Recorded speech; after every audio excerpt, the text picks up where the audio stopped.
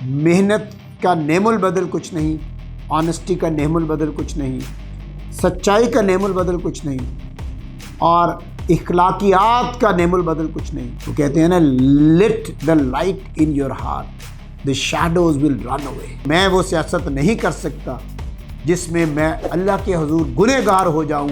मेरा जिस्म, मेरी ज़िंदगी, मेरे रब की मर्ज़ी। दीन इस्लाम सब्र का नाम है। यहाँ पे आप किसी को काफिर कह देते हैं, किसी को आप कुछ कह देते हैं, ये आपका डोमेन नहीं है। अस्सलाम वालेकुम सर, मैं आपका इंटरव्यू कंडक्ट कर रही हूँ मेरे यूट्यूब चैनल के लिए। उम्मीद है कि आप खैरियत से होंगे। अल्हम्दुलिल्लाह। तो सर मुझे बताएं कि ये जो आपके ऊपर एक जिम्मेदारी है या आपको जो एक ऑनर मिला हुआ है, आप इसके साथ कितनी जस्टिफिकेशन कर पाए?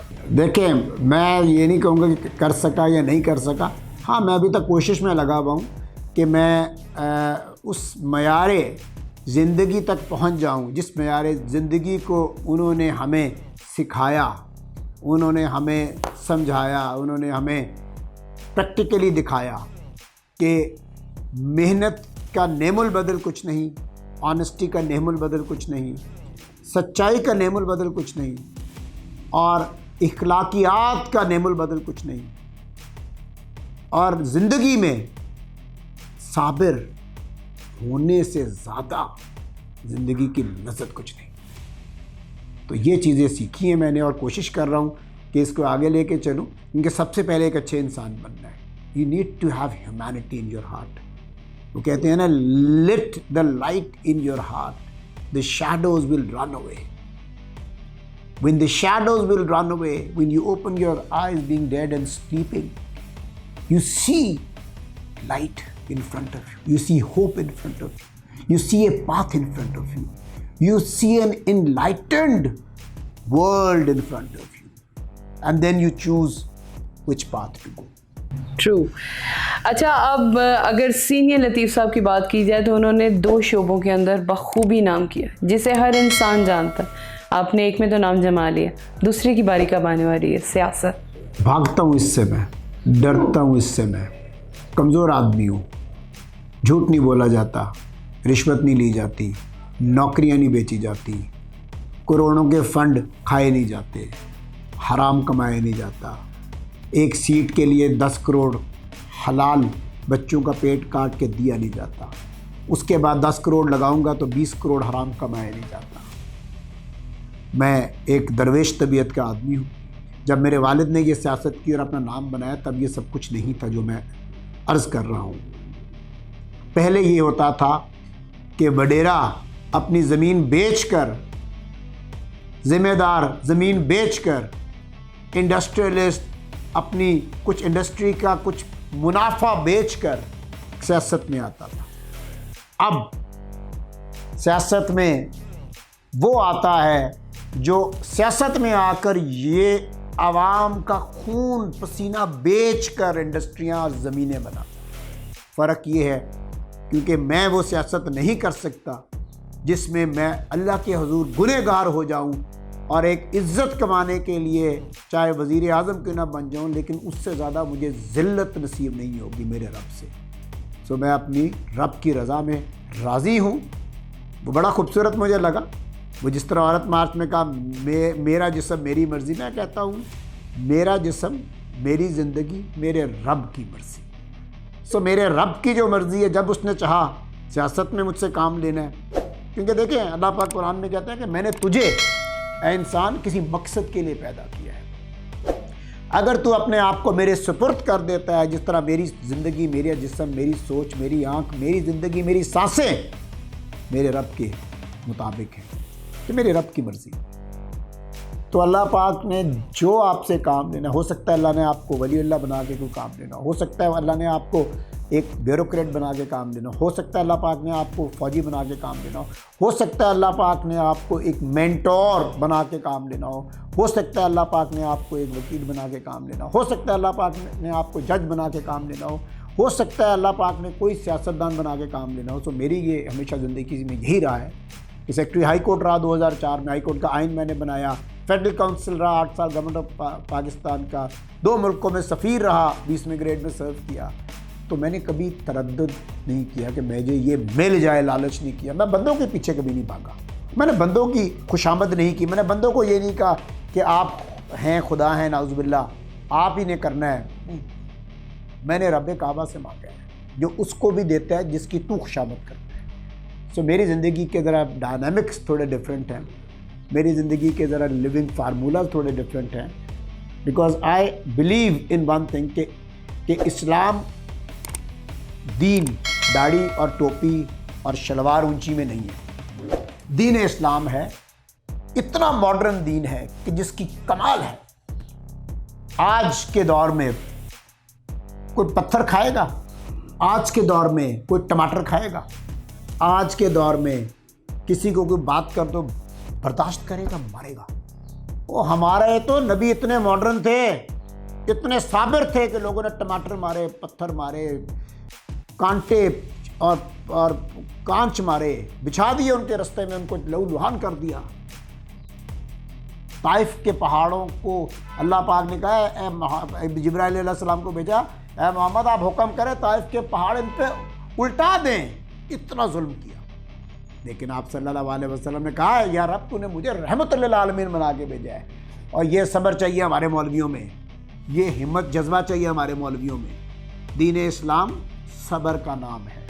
यहाँ पे आप किसी को काफिर कह देते हैं, किसी को आप कुछ कह देते हैं, ये आपका डोमेन नहीं है, ये अल्लाह की डोमेन है। कौन अच्छा है, कौन बुरा है, कौन मुसलमान है, कौन काफिर है। सर अब मैं अगला सवाल लेके जाऊंगी इस तरफ कि आपने तो ये अपनी बात से प्रूव कर दिया कि आप सियासत के लिए नहीं बने, लेकिन जो सियासत में हैं उनका भी तो कोई दीन ईमान होना चाहिए। आटे की जंग आपने देखी, ऐसी आम है कि बुज़ुर्गों की लाशें मिलती हैं, आटा नहीं मिलता, और जो आटा मिलता है वो खाने के काबिल नहीं होता। इसको ज़रा कमेंट कीजिएगा। क्यों नहीं मिलता आटा, कभी सोचा है इस पर? आपने ऊपर से एक अलमारी की धीमक तो उतार दी, लेकिन उसका कॉज या उसका रूट जो उसकी वजह, वो आप कभी नहीं, कोई सियासतदान उस वजह पे नहीं गया।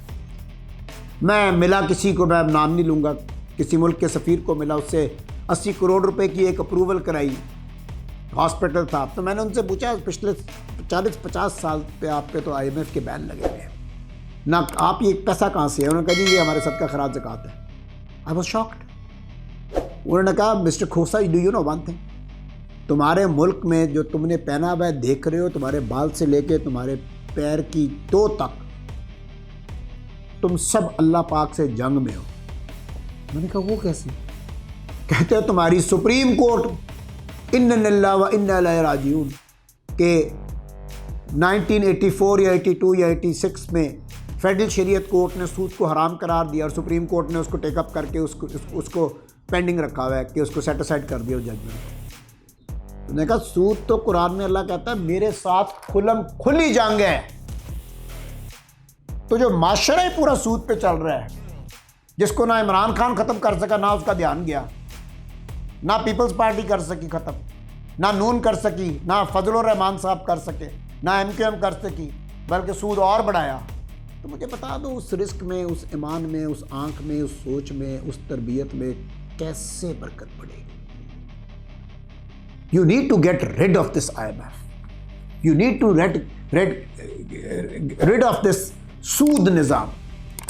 सो ये सूद निज़ाम तक जाना, मेरे मतलब मैं बात करती हूँ ख़ुद को पाकिस्तानी नीचे तबके पे रखकर, मेरे बस की बात तो नहीं, ये तो मेरे बड़ों यानी कि मेरे लीडरों का फ़ैसला। अब कल मैं गई ज़मान पाक एक इंटरव्यू करने के लिए, वहाँ एक जम्मे गफ़ीर था, सच में बिना सोचे लोग, लेकिन वहाँ पे लीडर मौजूद नहीं था जिसके लिए वो जम्मे गफ़ीर था। आई नो एक मोज़ा है, एक लक है, वो जब बात करते हैं सब सुनते हैं, लेकिन कुछ गिले भी उनसे हैं। घर में बाप से भी गिले हो सकते हैं, सोच की इख्तलाफ हो सकता है।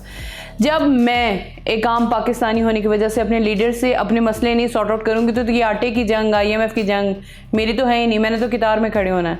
आप बताएं इसका क्या हल है? देखें, आपने अपने लीडर ही वो लेके आए जिनसे आप कमिटमेंट लें पहले।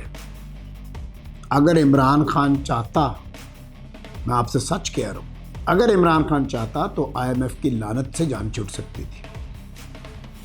लेकिन इमरान खान साहब, ठीक है, अल्लाह जिसको इज़्ज़त दे उसकी इज़्ज़त करो, लेकिन मुझे समझ नहीं आती, आप मुझे बता दें, आप एक कॉमन पर्सन है, मैं भी एक कॉमन पर्सन, ऑर्डिनरी पर्सन है हम लोग।